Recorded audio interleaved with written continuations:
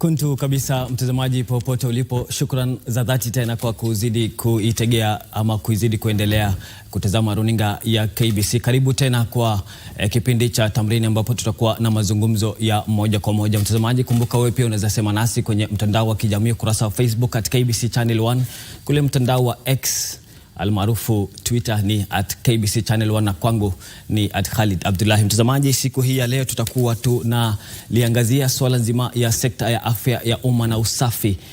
Je, sekta hiyo inaendeleaje sasa hivi? Na kunisaidia kudadafua swala hilo kwa kina ni katibu mkuu wa muungano wa afya ya umma na usafi ambaye anafahamika kama Brown Ashira, ambaye atatusaidia tu swala nzima ya sekta hiyo ya afya ya umma, na tukijaribu kuzingatia pia swala la mazingira ama ukipenda usafi. Karibu sana bwana Brown Ashira kwenye studio zetu. Asante sana Khalid. Kwanza tuanzie tu kwa kiduchu tuambie tu je, sekta ya afya ya umma sasa hivi ikoje na inaendelea vipi kwa mtazamo wako tu? Nashukuru kwa kunialika KBC. Nataka kusema kwamba KBC hapa ni nyumbani. Karibu. Maana tumefanya interviews mingi hapa na tunashukuru kwa sababu ya kutuunga mkono. Kwanza nashukuru na wasalamia watazamaji. Naitwa Brown Ashira, mimi ndio Secretary General wa Kenya Environmental Health and Public Health Practitioners Union. Na ningependa kusema ya kwamba swala nzima la afya, sekta ya afya ni swala nzito. Na sisi kama wahuduma wa afya ama public health officers and technicians, kitambo tulikuwa tunajulikana kama bora afya. Tunaendelea vizuri ingawaje changamoto ziko mingi. But tunaendelea kungangana sana. Unaona El Nino ndio hii, watu wetu wako ground wanafanya kazi. Na kitu ya maana ni kwamba sisi tunangangana na magonjwa, tunapigana na magonjwa, na sisi tukiamka kila siku bwana Khalid, kazi yangu aswa kama public health officers and technicians in this country ni kupigana na majanga kama vile inaendelea ya El Nino, kupigana na majanga ya magonjwa, na kuhakikisha kwamba hospitali zetu hazipati watu wazigonjeke, to make sure kwamba pesa ile ambayo inapatikana inafanya maendeleo as opposed to kuenda kutibu watu. Kwa hivyo hiyo ndio kazi yetu kubwa kama watu wa afya ama public health officers. Yes. Na umeongelea swala la kushughulikia swala nzima la majanga kama vile sasa swala hilo la mafuriko. Ni swala ambalo tutakuwa tutaligusia hapo baadaye. Lakini nataka tuangazie swala la kuwekeza kwenye sekta ya afya ya umma. Yes. Je, umuhimu wa kuwekeza katika sekta hiyo ni upi? Kauli yako. Nashukuru, kwanza nishukuru Rais kwa sababu serikali hii imefanya jitihada murwa sana kuweza kuwekeza, kuweza kuchange, tunasema kwa kimombo ile shift from curative now to preventive healthcare. Na uliona kwamba wakati tulikuwa pale Kericho, Rais wakati kwa mimi ni mwenyewe nilikuwa pale Kericho, wakati kwa nazungumzia swala nyeti la launch ya community health promoters na mambo ya PHC, that is primary healthcare. Na kumpea kongole Rais na waziri wetu mzuri ambaye ni Madam Nahomicha na PS wetu Mudhoni kwa ile kazi muru ambao wamefanya. Na sisi kama watu wa afya sasa hivi vile tunasema kama public health officers ni kitu ambacho tunafurahia, because since time immemorial tumekuwa tukiangalia sana masuala ya kutibu, kwa kimombo nasema curative. Na watu wengi inasemekana kwamba 90% ama 80% ya wale magonjwa tuko nayo Kenya hii ama ile sub-Saharan Africa ama sub-Saharan Africa ni magonjwa ambayo inaweza kufanya nini, inaweza kuwa prevented ama kuzuilika. Kwa hivyo tukiweza zuia hiyo magonjwa yote kama mfano magonjwa ya kuhara, magonjwa ya kolera, magonjwa ya ukimwi yani HIV, TB na mengineyo, tukiweza kuyazuia tunaweza kupata kwamba tuko na pesa ambayo ni ya kutosha kufanya maendeleo na nchi pia inaweza kuwa imara. Naam. Yes. Kuna swala la usafi ama pia swala la mazingira. Yes.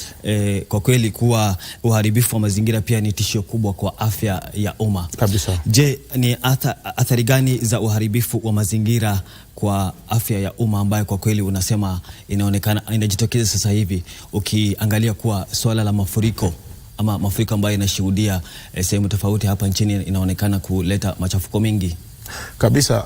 Niseme ya kwamba everything is born from the environment. Kila kitu ambacho tunakula, hata sisi vile tumekaa hapa KBC kila mahali, everything inatokana na mazingira.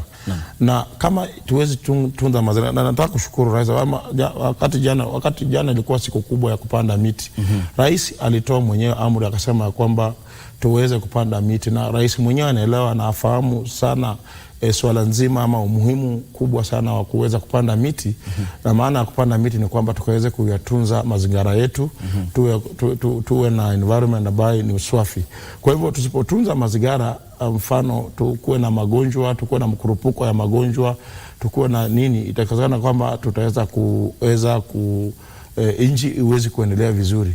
Kwa hivyo environment ni kitu ya maana, na afya nzima ni kitu ya maana, maana especially El Nino, vile tuko na majanga kama El Nino saa hii, unapata kwamba El Nino huwa inakuja na mambo mingi, inakuja na madhara mingi sana. Mfano unapata kwamba tunakuwa na mkurupuko wa magonjwa, maji inakuwa chafu, watu kunakuwa na mambo mingi. Kwa hivyo lazima tuweze kuweka mikakati ya kuhakikisha kwamba hiyo majanga yasije katukumba. Kwa hivyo lazima tuhakikisha kwamba environment iko sawa, kwa sababu environment isipokuwa sawa, unapata kwamba sasa magonjwa tunapata. Maana nikisema environment namaanisha both built environment na environment ya kawaida, maana kila kitu inatokana na mazingira. Yes. Na ulisema kuwa kuna mikakati yanapaswa kufanywa. Sasa nyinyi kama muungano wa afya ya umma na usafi, je, mumefanya mikakati gani kabambe ili kupunguza yale madhara ambayo yanatokana na swala hili la mafuriko? Naam, nashukuru. Serikali imechukua jitihada mzuri sana. Tumeweka contingency plans. Kama unasema contingency plans ya kuhakikisha kwamba swala hili kubwa la El Nino limeweza kuangaziwa. Na number one ya kwamba nisema ya kwamba tumeweka mikakati hata ya kuweza kuangalia kwamba kama kunaweza tokea na drainages zile ambazo zinaweza kuwa zinafurika, kuna mpango ya kwamba kuhakikisha kwamba hizo drainages zinaweza kufunguliwa na zinaweza kunakuwa na easy flow of drainages. Na pia mambo ya maji tumehakikisha kwamba maji ikuwe sawa. Unajua since wakati wa independence, si Nairobi peke yake, hata Kiambu na mahali kote, ukiangalia zile miundo msingi ama infrastructure zile tuko nazo, zile za pre-colonial independence. Kwa hivyo ukiangalia hata pipe yenyewe, zile drainage pipes ni ndogo, haziwezi kukimu mahitaji. Maana unaona kwamba wakati tunapoendelea kukua, population nayo huwa inakuwa, na population ikiendelea kukua kubwa, inaonyesha kwamba hata ile uchafu ambao tuna generate inakuwa iko mingi. Kwa hivyo kuna haja ya kwamba serikali iweze kuhakikisha kwamba tunaweza kupanua miundo msingi, yani infrastructure, na kuhakikisha kwamba hizi miundo msingi zinaweza kukimu the rising population, na pia kuweza kuangalia kwamba tuna make sure kwamba hii vitu inakuwa ni sawa. Kwa hivyo tunangangana na watu wetu kama PHOs wako ground na public health officers wako ground, public health technicians wako ground, na mwisho kwamba kila kitu na kila ward inaangaliwa na kuhakikisha kwamba kila kitu inakuwa iko sawa. Naam. Kwa kweli natarajia kuwa hatua hiyo itafaa sana na itasaidia Wakenya kwa jumla.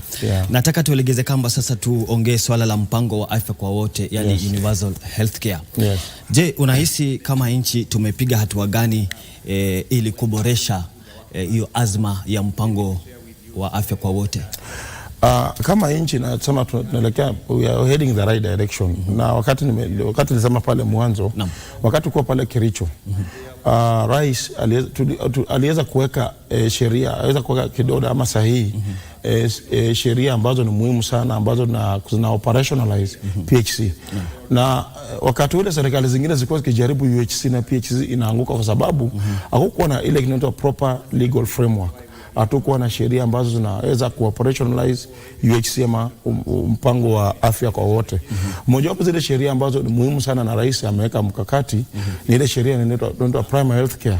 Primary Healthcare Act, ambayo sasa inatolea mpango mzima jinsi ambavyo tunaweza operationalize mambo ya framework ya primary healthcare from the counties to the wards up to the national level.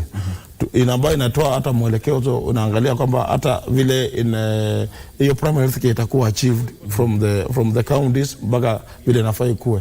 Na hizo sheria zote ni muhimu, na bila nasema mahali tunaelekea tuko mahali pabaya. Ili hali ile tu what I want to tell the Minister of Health ni kwamba iharakishe tuweze ku operationalize itoe ile kitu ndio regulations. Unajua sheria ina operationalization na regulations ama policies zile ambazo zinaweza regularize sera tofauti ziweze kufanyisha kazi hizi miswada kama primary health care, kuna swala kama digital health care, kuna social health care. Hizo vitu zote ziweze kufanya nini? Ziweze ku operationalizewa na Wizara ya Afya. Kwa hivyo tuko na pale sisi kama watu wa afya, public health officers, na tuko na community health promoters ambao tunafanya kazi na wao. Sisi ndio tunawachunga. Unajua kuanzia zamani since PHC ilizaliwa pale Alma-Ata in the 1978 na ilianza Alma-Ata ikakuja mpaka hapa Kenya. Hapa Kenya ilizaliwa 2007 wakati ule Dr. Nyikali na wengine walikuwa pale Minister of Health na wakaweka mikakati. Community health strategy ilianza kitambo na wakaweka mikakati kina Professor Were kina nani, wakaweka mikakati ya kwamba tuweze kuhakikisha kwamba masuala ambayo ni ya PHC inaweza kufanikishwa. Na acha niseme jambo moja Halid. Shida zote za afya zinatokea wapi? Zinatokea nyumbani. Decision yote atakulala chini ya neti inatokea wapi? Inatokea nyumbani. Hata kutumia mpira wa kondomu, kusema kwamba niko na mpenzi wangu, inaanzia nyumbani. Kwa hivyo lazima tutunze pale household na tutunze nyumbani, kwa kwamba zile decisions tunafanya tukiwa pale nyumbani ni decisions ambazo ni za maana na ndio tuweze kukinga hata madhara zaidi. Hata mambo ya pollution, indoor air pollution, mambo ya kutumia solid fuels inaanza pale nyumbani. Kwa hivyo lazima tuweke mikakati na tuweze kutilia mkazo kuhakikisha kwamba ili swala nzima la UHC limeweza kutimilika. Naam, kwa kweli kama ulivyosema masuala yote yanaanzia pale chini nyumbani kabisa, na tunafaa kuwa wenye kuzingatia mikakati tofauti. Bado tukisalia tu kuongelea swala hiyo ya mpango wa afya kwa wote, na najua kuwa changamoto hazikosi bado mkiendelea kuwahudumia umma kuhusiana na swala hii nzima ya afya. Je, changamoto ambazo unahisi zinakumbwa wale wahudumu wa afya kwa umma katika kufanikisha agenda hii ama azma ya mpango wa afya kwa wote? Changamoto kubwa ambayo tuko nayo Kenya hii ni kukosa wafanyakazi ambao ni wa kutosha. Ieleweke ya kwamba WHO imerecommend recommendations about the ratios ambazo ndakana ziangaliwe sana ratios za public health officers to the population, ratio ya clinical officer to a population, ratio to a nurse to a population.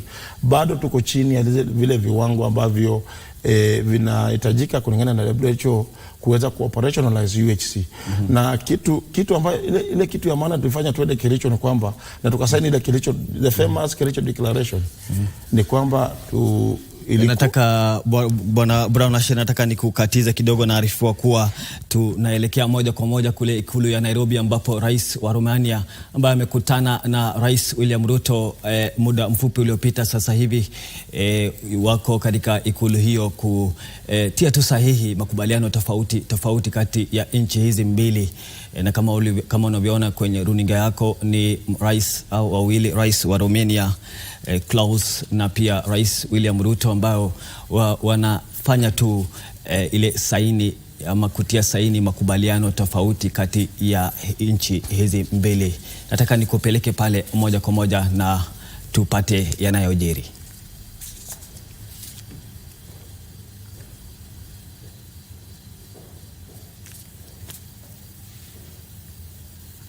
You may now proceed to sign.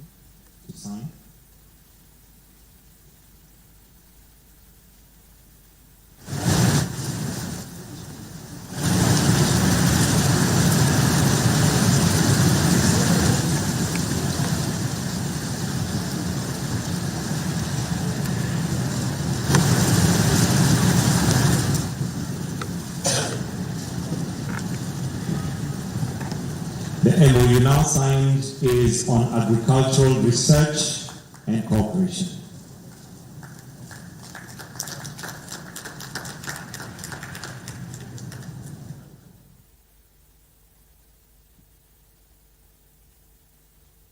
The third MOU on agricultural research and cooperation. The objective of the MOU is to promote and encourage economic, scientific, and technical cooperation between Academy of Agricultural and Forestry Sciences, AAFS, and the Kenya Agriculture and Livestock Research Organization, KALRO.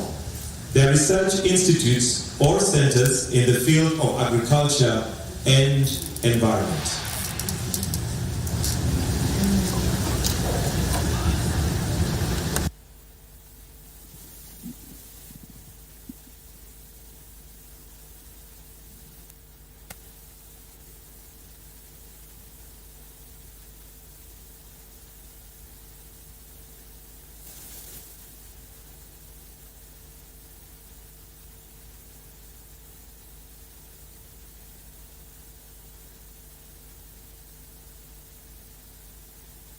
The MOU now signed is on agricultural research and cooperation.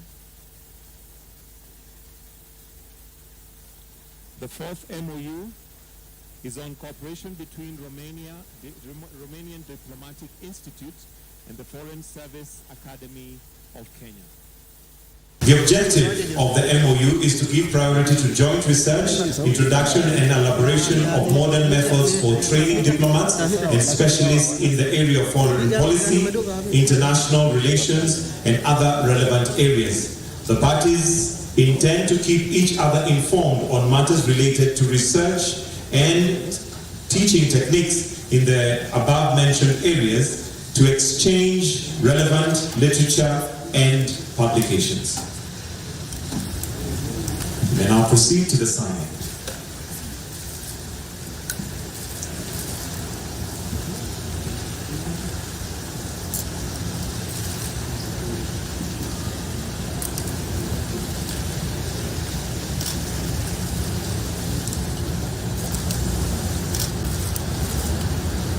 The MOU now signed is on cooperation between the Romanian Diplomatic Institute and the Foreign Service Academy of Kenya.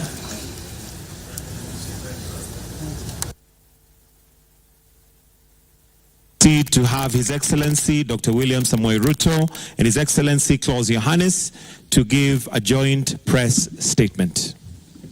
Welcome, Your Excellencies.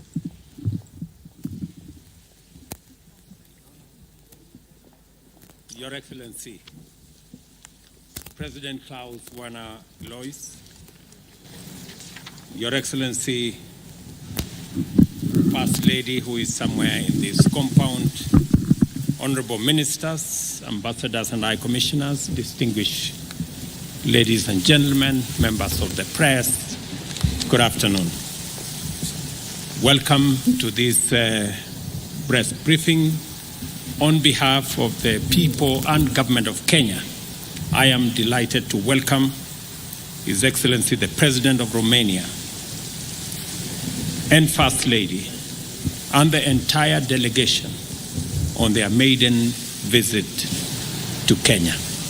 I appreciate, Mr. President, that in your visit, the first by yourself into our continent, you have chosen Kenya as your first destination, signifying the great relationship between our two countries.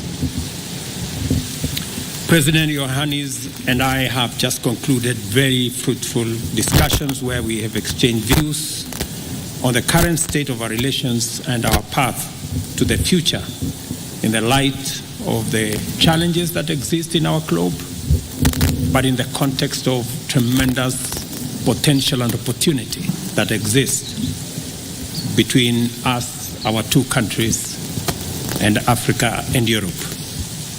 We have taken note of the warm and cordial relations that exist between Kenya and Romania, whose inception in 1968 saw initiation of collaboration in diverse fields.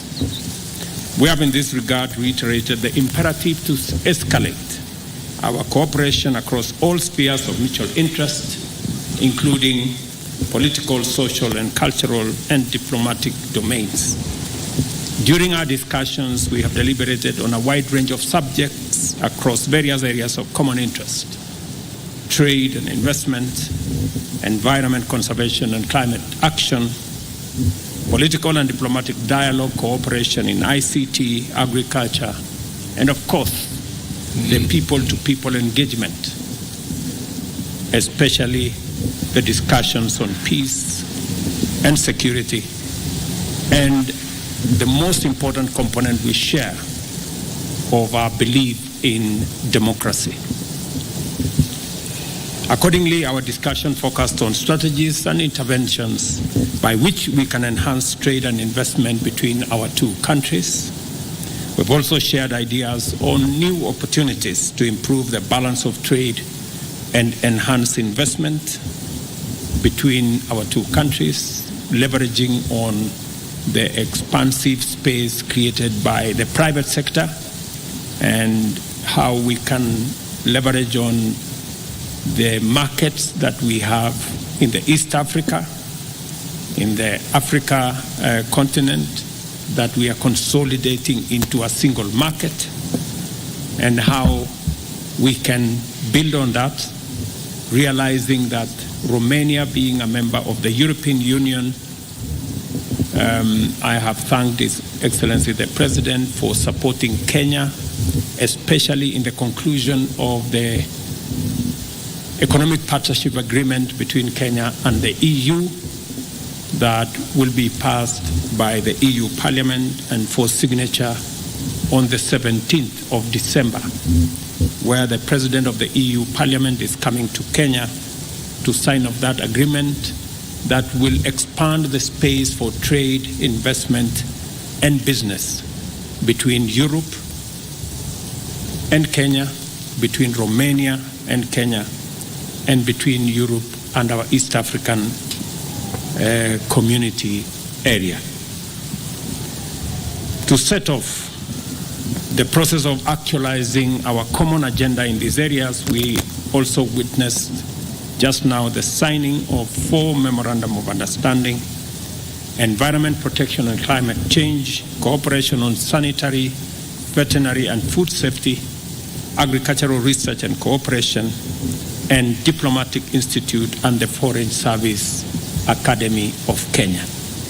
I am confident that the implementation of these MOUs will escalate the relations into an effective partnership in areas of focus and create conditions for Kenya and Romania to expand the scope of collaboration to cover even more sectors in the now and near future. During our discussions, I requested His Excellency the President to join me in advocating for climate action and calling upon developed nations to work with us. And I have requested him directly to support the Nairobi Leaders Declaration that positions Africa as a continent with opportunity, as a continent with renewable resources, mineral resources, human capital, and as a critical player in the development of the future of humanity.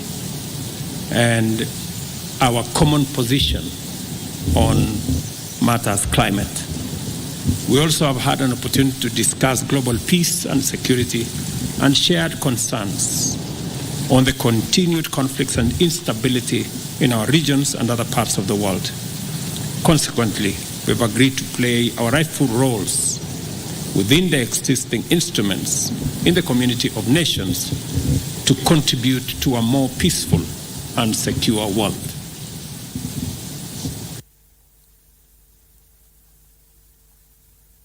In DRC, in Sudan, including the meetings I had yesterday on how Kenya continues to play a pivotal role in anchoring the stability of our region, and the huge sacrifices Kenya is making. We also appreciate that this is happening elsewhere in the world, in Russia, Ukraine, in Israel, Gaza, and that collectively we need to come together to resolve these conflicts so that we can have a much more peaceful and stable globe that we can all pursue aspirations as nations. President Iohannis and I continuously work together both at the bilateral, levels to promote and support the achievements of the Global Development Agenda, including the Sustainable Development Goals. It's my pleasure again, ladies and gentlemen, to appreciate my brother, the President of Romania, for visiting Kenya.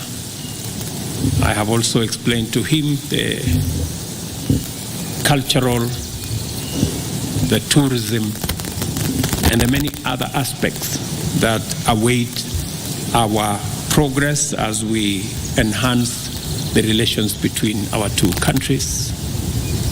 That culture, especially theater, is a space that is very well developed in Romania, and as Kenya, we can learn a lot in that space. I've also agreed with the President on how we're going to work together in the digital space, in the technology space, leveraging on their expertise and knowledge and building a nexus between their center of cybersecurity with our Silicon Savannah in Kenya, and how we can build that, because we all realize that whether it is delivery of government service, whether it is revenues, whether it is health, including ourselves in agriculture, technology is becoming a great enabler, and we can share experiences and share expertise and knowledge in that space. I've also appreciated Mr. President and the government of Romania for opportunities extended to students from Kenya to study in universities in Romania, and we are looking forward to building an even bigger engagement in that space to enable us build the people-to-people relations between our two countries. Mr. President, again, on behalf of the government and people of Kenya, I welcome you and your delegation to Nairobi and to Kenya, and we look forward to building a stronger, firmer relationship, people to people, government to government, and regional cooperation between our two countries. Mr. President, the people of Kenya and this great delegation want to listen to you more than they wanted to listen to me. Thank you very much, Excellency President Ruto. Thank you for the warm, friendly welcome you prepared for me and for my entire team.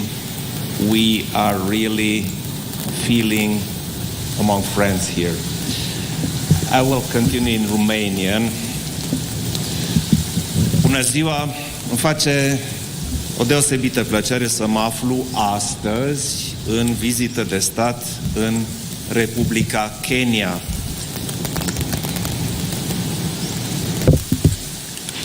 Kenya este unul dintre prietenii tradiționali ai României în Africa de Est și un partener economic și sectorial din ce în ce mai relevant pentru noi. Înainte de a continua, adresez președintelui Ruto și cetățenilor din Kenya condoleanțe pentru pierderile de vieți omenești cauzate de masivele inundații recente, precum și regrete pentru pagubele materiale înregistrate și miile de oameni strămutați din gospodăriile lor. I-am împărtășit președintelui William Ruto viziunea României privind redinamizarea relațiilor noastre cu statele continentului african, Kenya având un rol esențial în demersurile strategice ale țării noastre. De altfel, vizita în Kenya se desfășoară într-un context foarte special. Recenta adoptare a primei strategii naționale pentru Africa, cu titlul România-Africa, parteneriat pentru viitor prin pace, dezvoltare și educație. România și Kenya au o relație îndelungată, caracterizată prin respect și încredere reciprocă, consolidate pe parcursul a 55 de ani de relații bilaterale. Today's discussions, building on our traditional relation, will open new cooperation perspectives.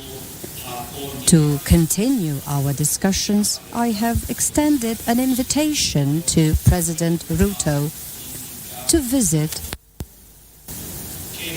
Kenya.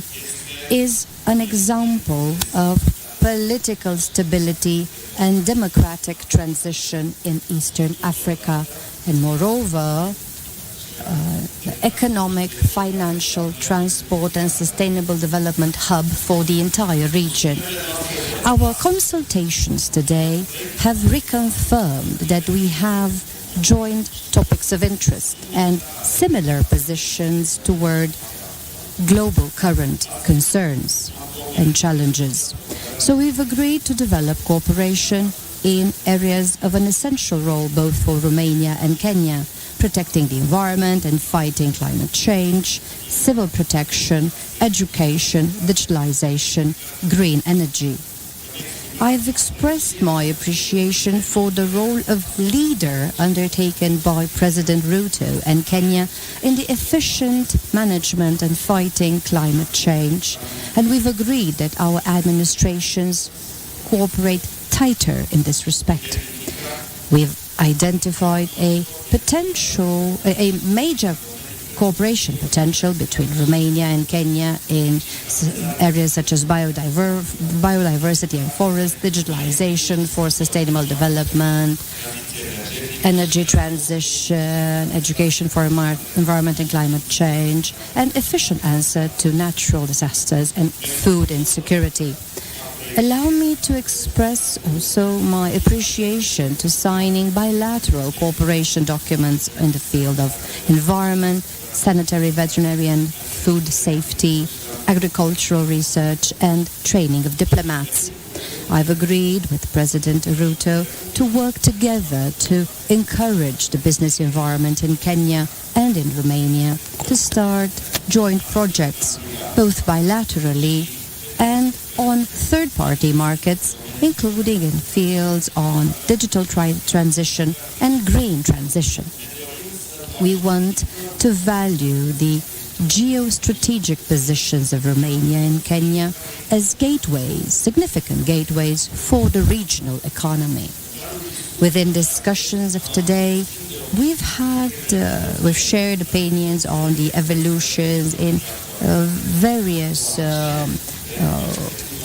files of recent interest at regional level, focusing on the possibility to solve possibly expanding crises. We've reiterated Romania's commitment to deepening and catalyzing diplomatic relations and cooperation with Kenya to strengthen peace and security at regional and global level.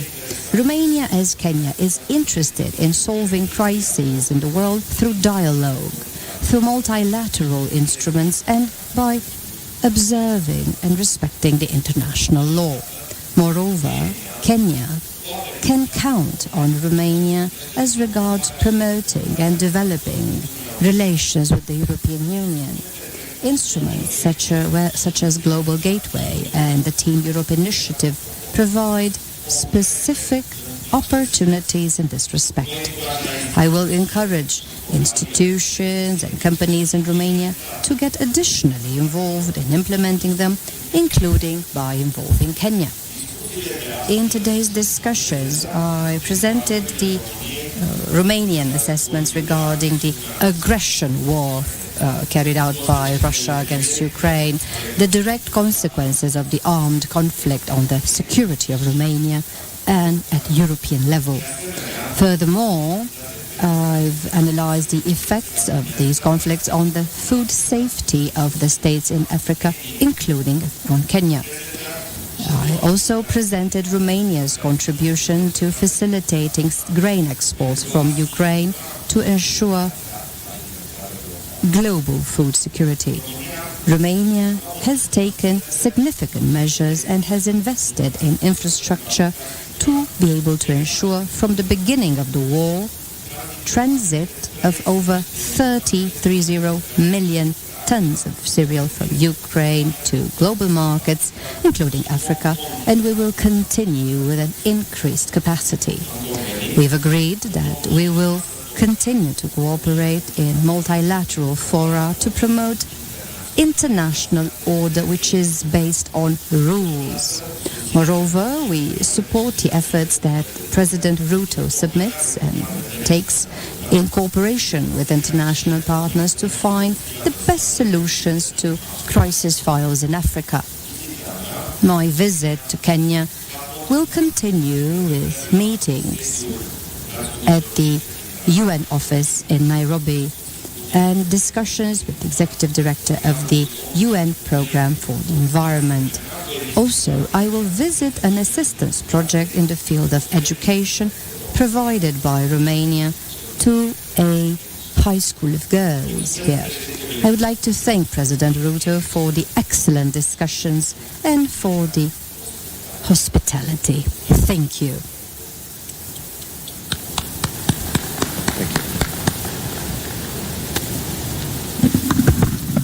Thank you, Your Excellencies. We'll now take a few questions from members of the press. Remember to start with your name, the media house you represent, and then keep your questions as short as possible. Over to you, members of the press.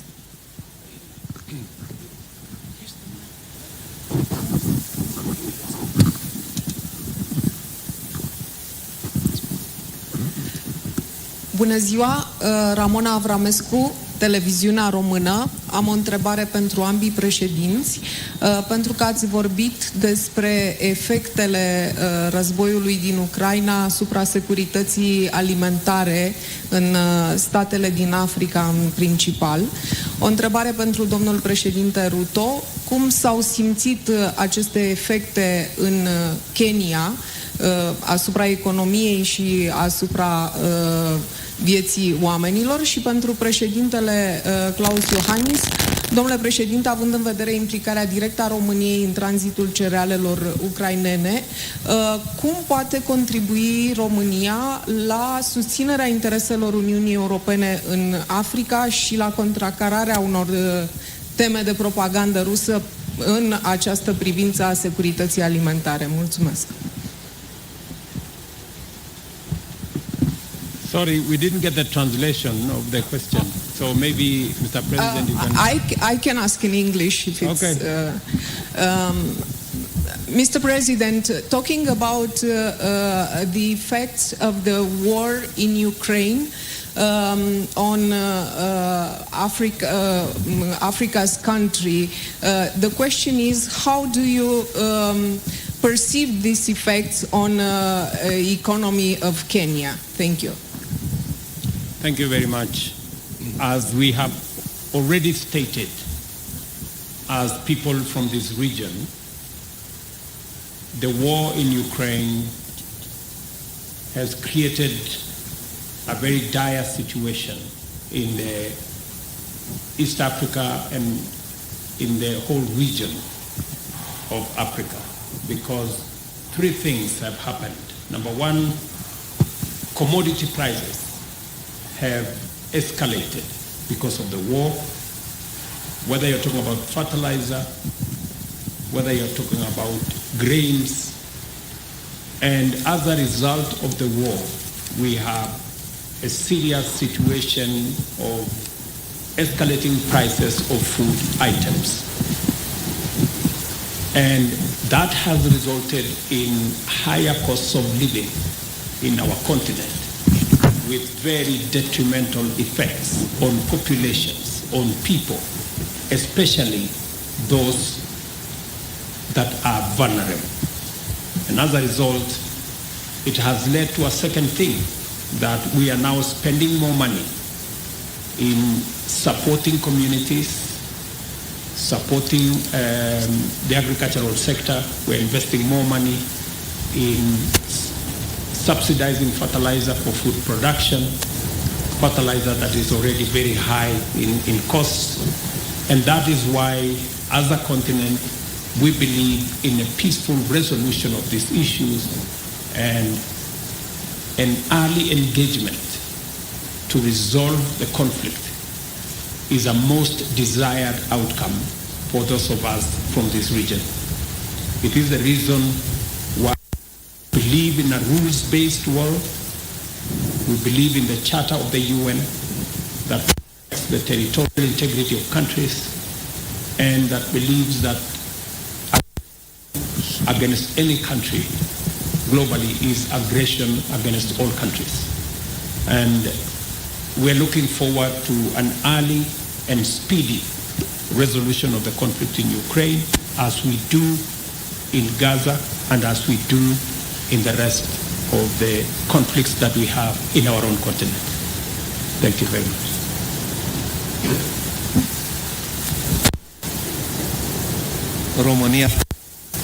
Romania is clearly the most important corridor of export for the agricultural products in Ukraine.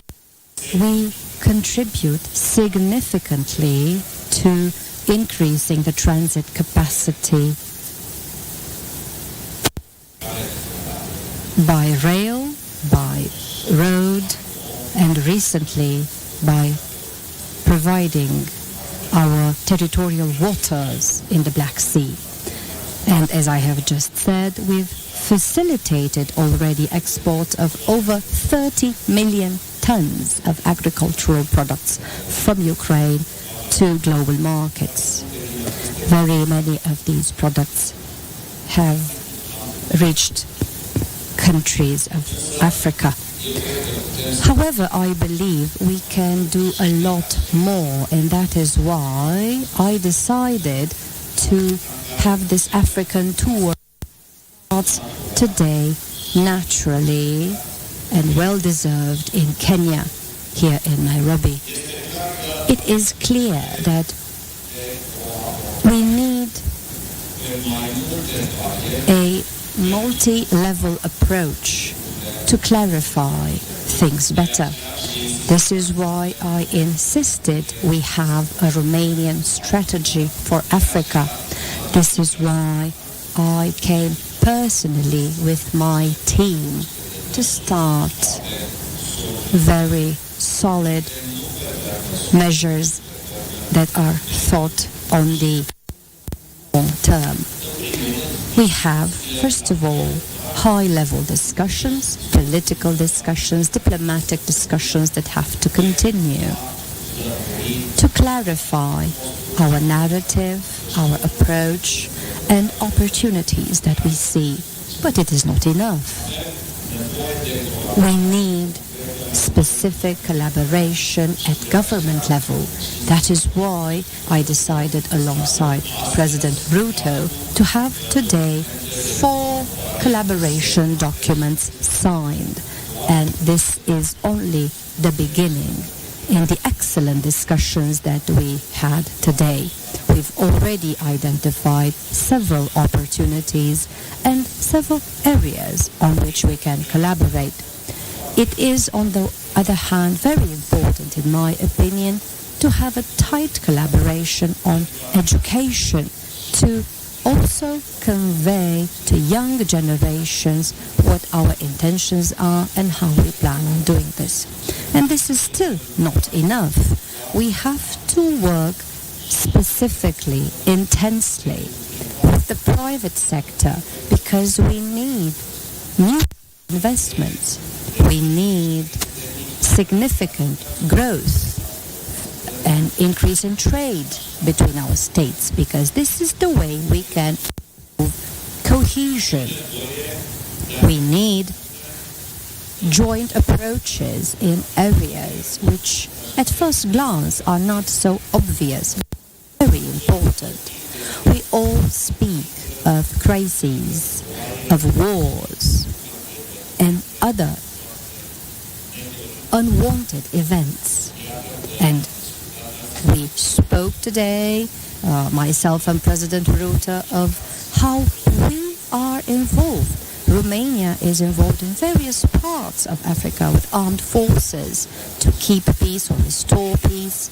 Kenya is also very involved in Africa, and more recently, as the President Ruto explained, in Haiti, to help as well. So we work together to guarantee security in various areas of the globe.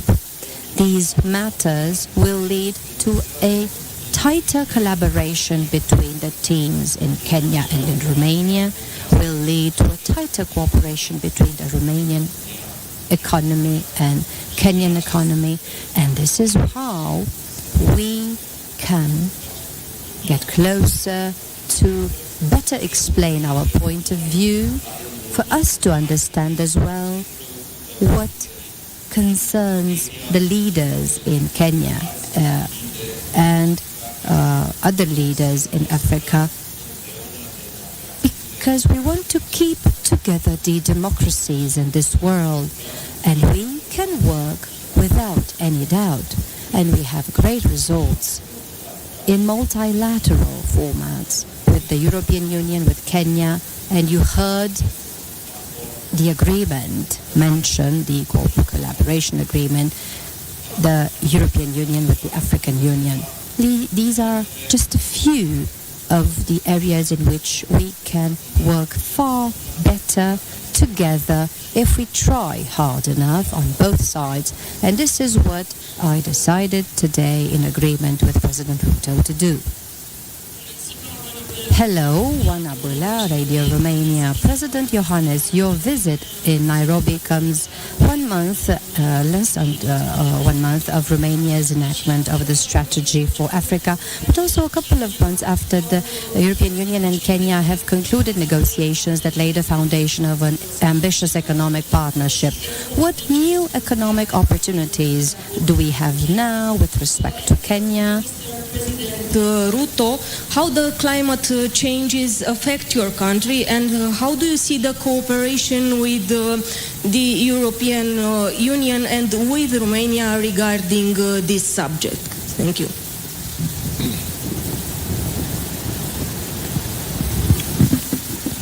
Thank you very much. I think the subject of climate change is not about that country. It's not about a region. This is a global phenomenon that is threatening humanity. And in the context of Kenya, being part of the Horn of Africa, this is a region that has suffered 4 consecutive years of failed rains, resulting in loss of livestock. In our region, between about 5 countries, we have lost about 9.5 million heads of livestock. We've lost millions of wildlife. And of course, drought has decimated many communities' livelihoods. And as a result, we've had to feed, for example, in Kenya, 4.3 million people who are affected by drought.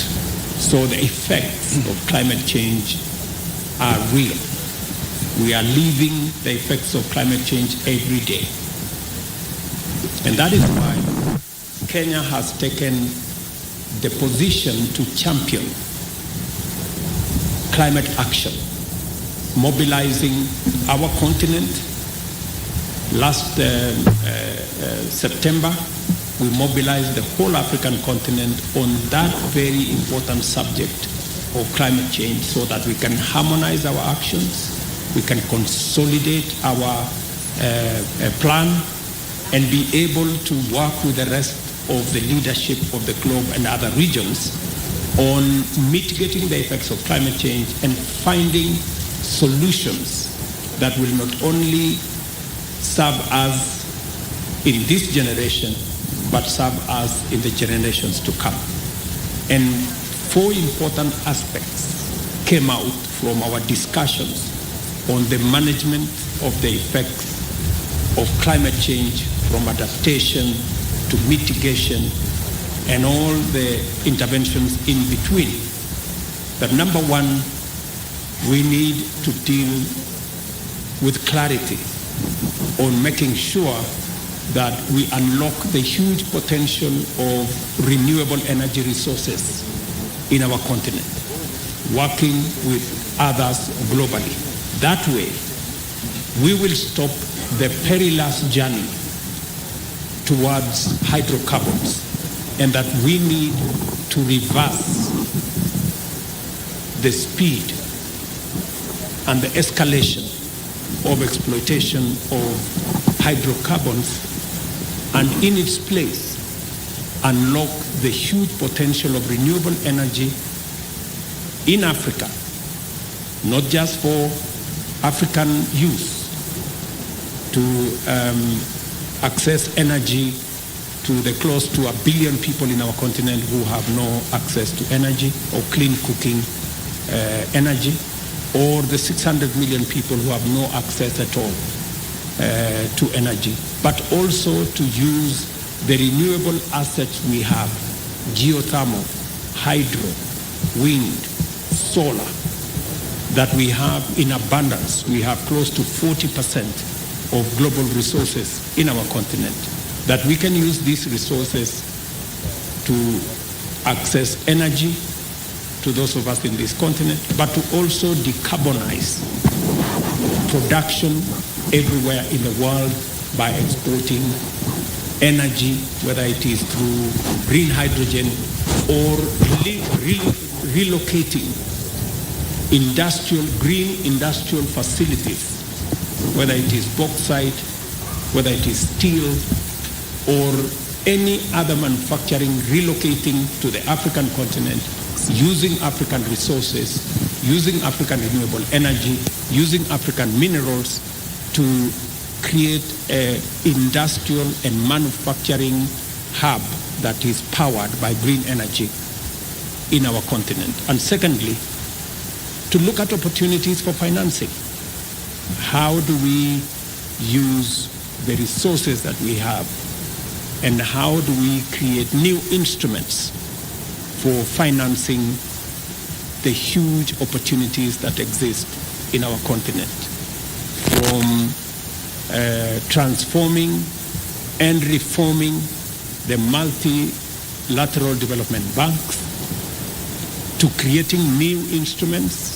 I will be addressing the EU Parliament next week on what we think as Africa is the new opportunities that exist for collaborations between Europe and Africa to unlock the potential of renewable energy, to unlock resources and financing of new opportunities in the green energy space, e-mobility, and many other aspects, because we find that there is opportunity in that space. So much as climate change is a threat to humanity, but also there is a silver lining, that there are opportunities that we can unlock in renewable energy, in alternative mechanisms of financing that we can use to unlock the potential that exists in Kenya and in Africa for the benefit of Kenyans, for the benefit of Africans, and for the benefit of humanity globally, as we make these resources available for use by everybody. And that is why it is also important that Europe has finally concluded the discussions with Kenya, and the economic partnership agreement will be signed, as I said, in December. That will now consolidate our position and provide new opportunities for Kenyan enterprises, for Kenyan business people, for our agricultural products, for all our farmers to find markets in Europe in a way that gives us sustainability. So that is the scope, both climate change as a threat, but also the opportunities that come with the effects of climate change, and how mitigation and adaptation can give us new opportunities for investment and for trade.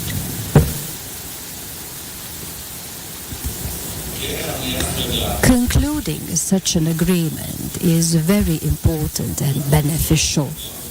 We could notice, because the EU has such agreements with many countries in the world, we could notice every time a growth of trade, investments, and really valuing opportunities that result from these. In this very specific case, the understanding between the European Union and Kenya will shortly yield beneficial results for the relation between the Union and Kenya, but including for the relation between Romania and Kenya. And it's good to see these aspects as well. Kenya is a gateway, really an entryway into this African region. This is a very important gateway, a democratic state that is stable with a very good perspective. And this is how it will be possible to expand significantly areas that are very obvious, such as trade, such as investments, but not any type of investment. And I'm so happy that President Ruto already mentioned quite a lot of these. It is possible in green energy to invest us from Europe here in Kenya to get green energy for Europe. At the same time, of course, there is a transfer of technology from Europe to Kenya. At the same time, obviously, jobs are created. This is very valuable here in Kenya for the people here. It is clear that with this collaboration, tights will be clear, relations will be tighter between European interested states and Kenya quite significantly. It is a huge opportunity for businesses in Romania because they will have an easy way to come to Kenya, to invest here, to do business here. At the same time, it is a very good way for Kenya to increase trade with Romania quite significantly and to bring Kenyan investors to Europe, to Romania. All of these are beneficial for both parties, of course. And we in Romania understood this quite a long time ago, and we supported from the beginning the positive negotiation of this agreement. And I can say I'm very happy that we have a happy ending, and this agreement will be signed in just a couple of days. One part that I will mention here specifically is that it opens the opportunity to work together, not just on green energy, but broadly speaking, moving toward a green economy in Kenya and in Romania. It is a tremendous opportunity to work together to fight climate change, to protect the environment, to have joint projects of renaturation, and of course, it is a very beneficial framework for exchange on education. And this is what I spoke today with President Ruto, and we will put these projects in practice. Since that marks the end of the joint press briefing and the Q&A session, His Excellency the President of Kenya, Dr. William Samoei Ruto, will now host the President of Romania, His Excellency Klaus Iohannis, for a luncheon. We'll now allow them to retreat, and the invited delegates will be guided by a protocol team how to proceed from here. Thank you.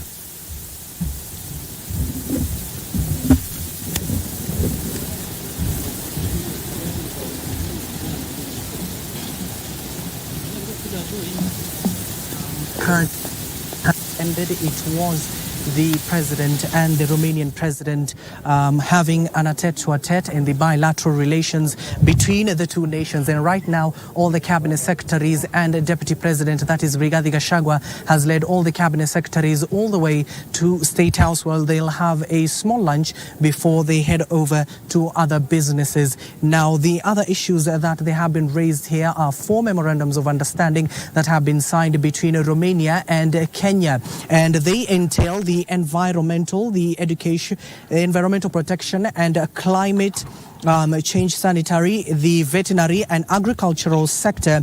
But what the two presidents have been able to focus on is the climate change issue. You do remember, Mchuma, just a few months ago we had the African Climate Summit of 2023, where we had a number of issues that were raised. And now the president has asked the Romanian president, that is President Klaus, to continue supporting the Nairobi Declaration that will be tabled before the COP28 in Dubai. And of course, the president has also announced that they'll be having a partnership between Kenya and the European Union that will be formalized come the 17th of December. And the president has also announced that he will be speaking in the European Union in the coming weeks, and of course formalizing that particular deal in MOUs that have been signed between Europe and the president of this particular country and nation. And of course, we do anticipate not just here, but the Romanian president will also be visiting the United Nations for a brief meeting.